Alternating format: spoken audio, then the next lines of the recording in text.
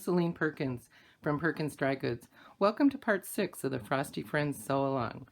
Today the piece block is a double sawtooth star using 2 different colorways for the stars. The first colorway uses the background fabric as the star points, and Flying Geese units make up the star points. So the first thing you want to do is draw your line corner to corner on the small squares.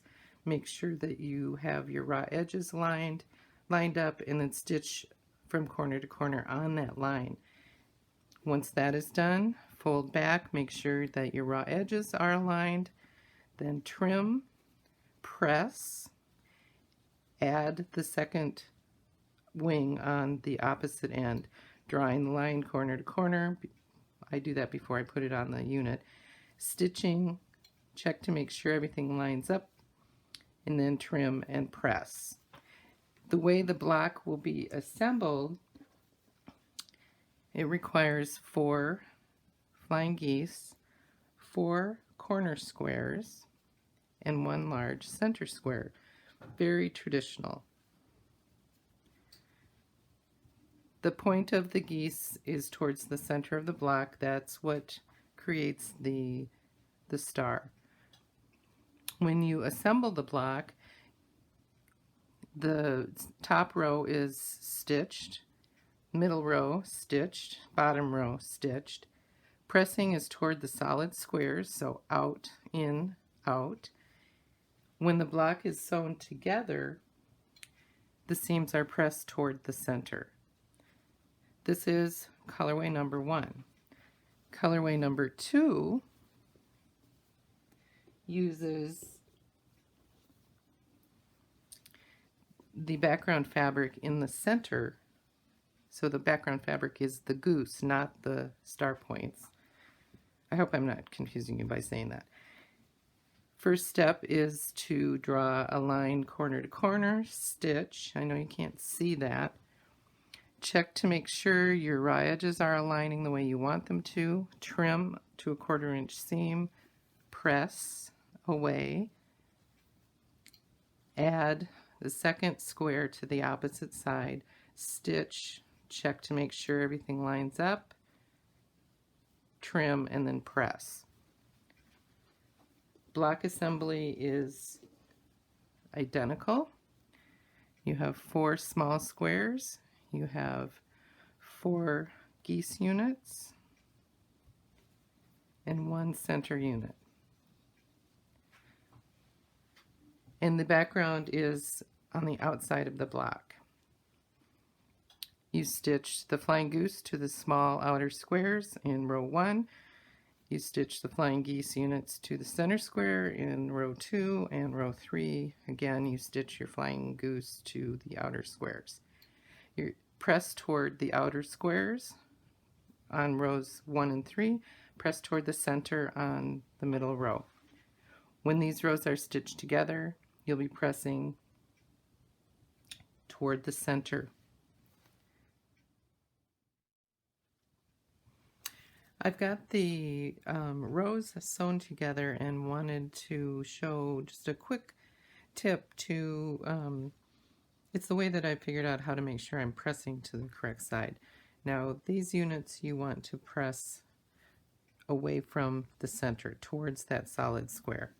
I've got them, I chain pieced everything, so I keep them attached, and then I bring them to my ironing surface and I set the seams just by pressing them flat, and then I just flip this back, give it a little finger press, go down the row,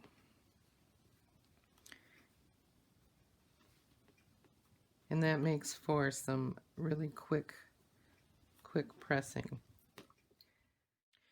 With this middle section, the pressing goes to the center.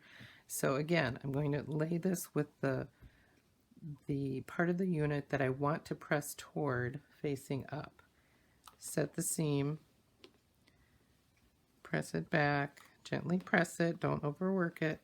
Then I flip it over, set the seam again, flip it back, just get a little finger press, and then I have my pressing finished for that unit.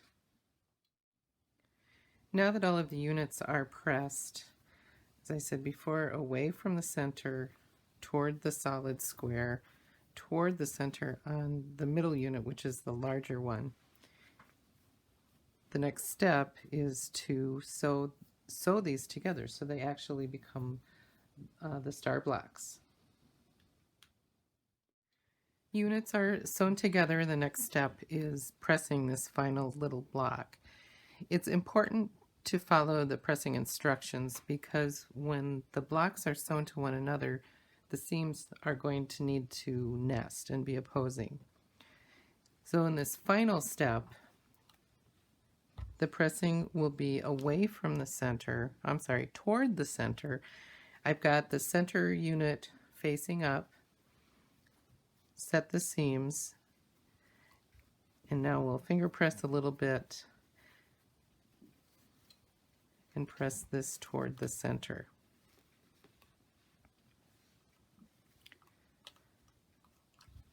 Flip it back over. Good finger pressing. The nice thing about these wool mats is that they hold the heat, and it makes some of the pressing, most of the pressing,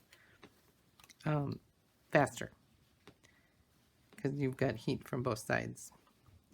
You just have to be careful if you're using it on a mat, a cutting mat like this, that it doesn't get too hot. This little iron doesn't go through. My big iron does. All right, these are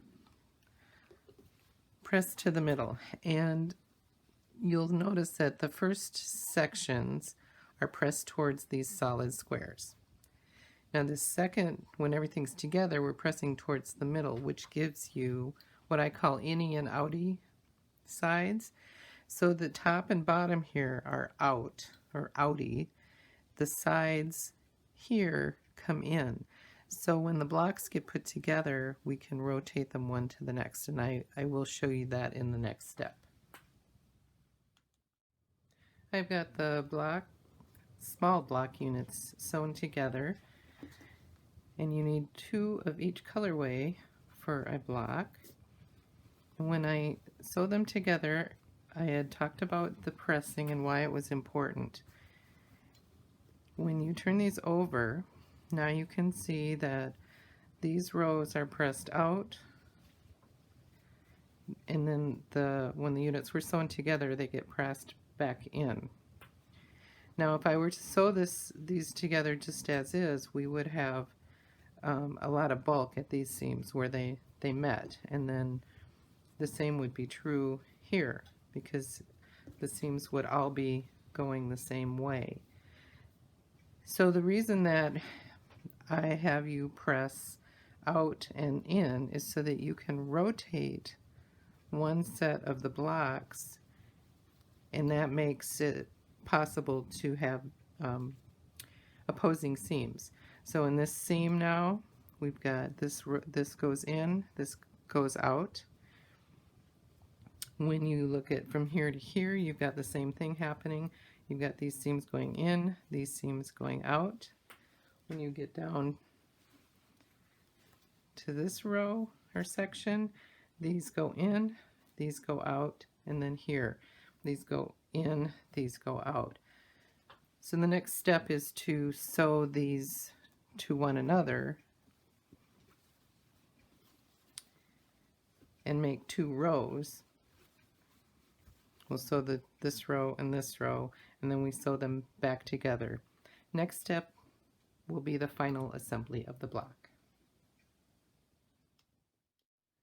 The final step in this sawtooth star block is to press the seams open. When you sew the 2 segments together, that seam is pressed open, and then when the 2 rows are pressed together, this seam also is pressed open. Makes it a little bit easier because you have your seams going opposite ways, so you don't have so much bulk right there. And then you have your part 6 double sawtooth star block. The next step is the snowman.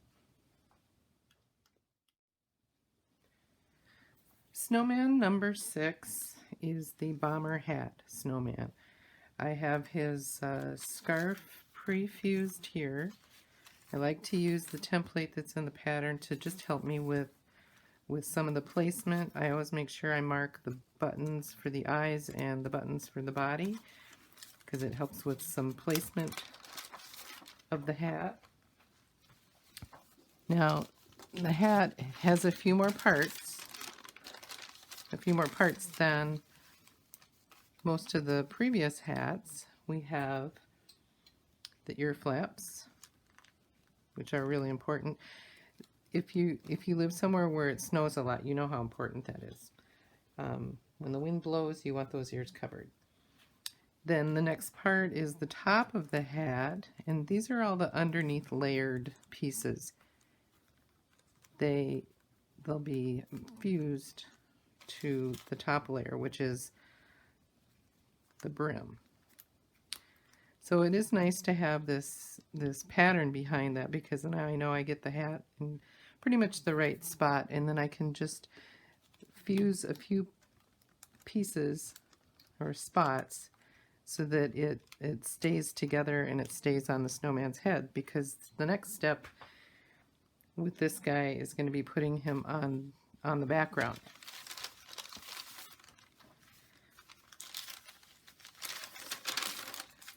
This snowman has fabric number 2 in the upper left corner.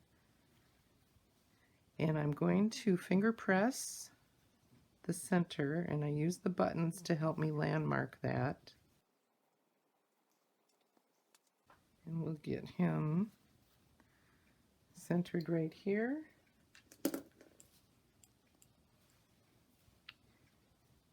And it looks like he's in pretty much the right spot. Let's measure real quick.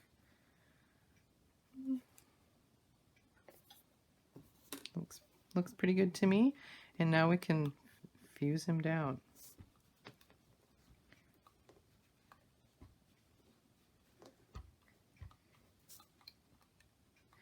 And there is snowman number 6. We'll see you next time. Thanks for watching.